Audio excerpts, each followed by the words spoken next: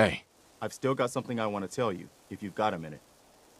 Sure, go ahead. When we first met, I admit, I had my doubts about you, but you've done nothing but impress me. You're just who the Minutemen needed to bring us back from the brink.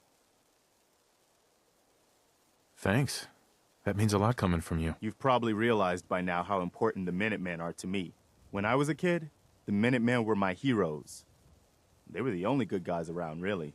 When I turned 17, I joined up with Ezra Hollis's company. He was one of the good ones. Really believed in the old-time Minuteman way. We had a few good years there. I felt like I was part of something bigger than me, like I was really helping make the Commonwealth a better place. It sounds like you were really making a difference. I think we were. I know we were. But obviously it didn't last. I'm sure there was a lot I didn't see or know enough to pay attention to. You know, the politics and rivalries and bad blood between the different groups. I guess General Becker was able to keep a lid on it, keep everyone more or less on the same team. But after he was killed, it all came out in the open. I couldn't believe it at first. These guys were supposed to be Minutemen. They were supposed to put their duty to the people ahead of everything else. You probably think I was pretty naive, huh? I guess I was. Still am, too. Even after everything, I still believe that the Minutemen can be what I always thought they were. The good guys. We are the good guys. We're doing our best. And a lot of it has to do with your example. So I guess what I'm trying to say is, thanks. Anyway, I appreciate you taking the time to listen. Anytime, Preston. Thanks, man. We'd probably better get back to it. Hey. Excuse me, General. Do you have a minute? Anytime, Preston. Look, I know I put you in an almost impossible position when I asked you to lead the Minutemen. I didn't have any right to ask you to take that on. I guess I was kind of desperate at that point. I still don't know why you said yes. If it was for me, or for the Commonwealth, or for some other reason. It doesn't really matter. I just want you to know that I appreciate what you've done.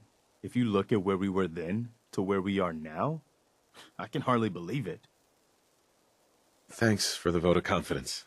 It's good to hear, especially from you. We make a good team, General. No doubt about that. I've taken up enough of your time. We'd better get back to it. This is Rick. Hey.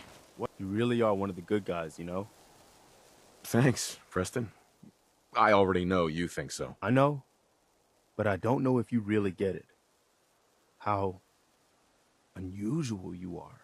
Since we met, I think you know I've really come to respect you, both as a leader and as a friend. Most people are just out for themselves, one way or another. Even the good ones. But you're different. You really care about other people. Even when it isn't convenient or even safe. I've seen you risk your life more than once to help people just because it was the right thing to do. I just wanted you to know that, well, that it matters. That you're making a difference. You just described yourself, Preston. I hope you realize that. Quite the mutual admiration society we've got going here, huh? No, but I hear you. And thanks. Let's just agree to both keep that in mind going forward, huh? All right. Enough chit-chat, huh? Heads up. I'm listening. You have a minute? I wanted to talk about something. Yeah, go ahead. I've been thinking back lately on how things were for me when we first met. It was the lowest point of my life. I mean, all my closest friends were dead. Everything I believed in had turned out to be a lie. I'd failed everyone who ever relied on me. I'd led them to Concord, and we had no hope of getting out alive. The thing is, that was actually okay with me. I was ready to die. It was what I felt I deserved. It was what I wanted. You did your best, Preston.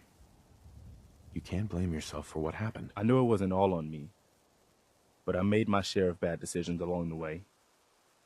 I've got to live with that. My point in all of this is that, well, you saved my life. And not just by saving us from those raiders in Concord. I mean that you made me want to keep living again. I guess that sounds pretty sappy, but it's true. If we hadn't met, or if you'd killed those raiders and then just taken off, I don't know if I'd still be around. I think I would have found some way to, you know, end it. Maybe not by shooting myself in the head or anything, but just by not caring about staying alive. So I just wanted you to know that. How much our friendship has meant to me. 2 a.m. here at I'm glad you decided to stick around, Preston. The world needs more people like you. Well, now you're making me embarrassed. I hope I didn't make you too uncomfortable telling you all that. I just felt like it needed to be said, you know? I guess we should get back to it, huh? A good reminder of what we're fighting for.